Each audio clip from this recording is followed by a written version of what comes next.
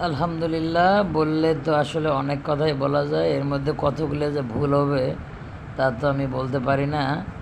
দেখা যাক কতটুকু কী বলতে পারি। আলহামদুলিল্লাহ, আল্লাহর অশেষ মেহেরবানি, আল্লাহর নেয়ামত সবটাই মানুষের কাজে লাগে। তো আল্লাহর নেয়ামত একটা পেঁপে নিয়ে একটু কথা বলবো। সেটা হলো, পেঁপে আমাদের বাংলাদেশে 22 কোটি লোকের মধ্যে 22 কোটি লোকই খায়। হ্যাঁ, তবে কয়জন পেঁপে 22 কোটি লোকের মধ্যে কতজন লোক একদম অরিজিনাল গাছ পাকা খেতে পারে? একদম যারা গ্রামে থাকে ওদের দ্বারা সম্ভব। এছাড়া যারা ঢাকা শহরে থাকে, বিভিন্ন শহরে থাকে, ওরা সাধারণত অরিজিনাল গাছ পাকা পেঁপে খেতে পারে না, কারণ গাছ পাকা পেঁপেগুলো ওইভাবে ঢাকায় নিয়ে আসা হয় না। কোনো না কোনোভাবে, কোনো না কোনো কারণে করে আপনার ওই কোনো না কোনোভাবে ওষুধ পরে আর কি এগুলো ঢাকাতে নিয়ে আসে।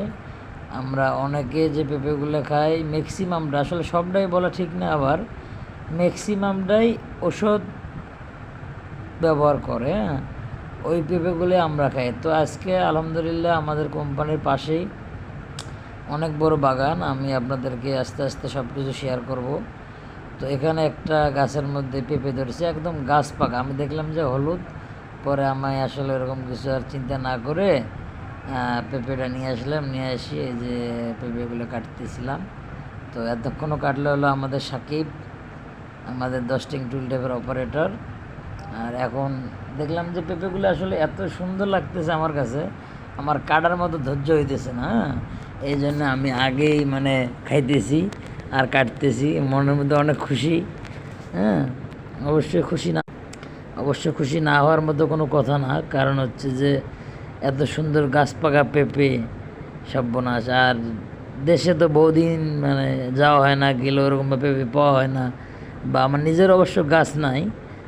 গাছ থাকলে আমি খাইতে পারতাম অবশ্যই। তো সেক্ষেত্রে পেঁপেগুলো দেখেন একদম রেডি হয়ে গেছে, এমন খাইতেছি। মাশাআল্লাহ, অনেক সুন্দর, অনেক সুন্দর, আলহামদুলিল্লাহ।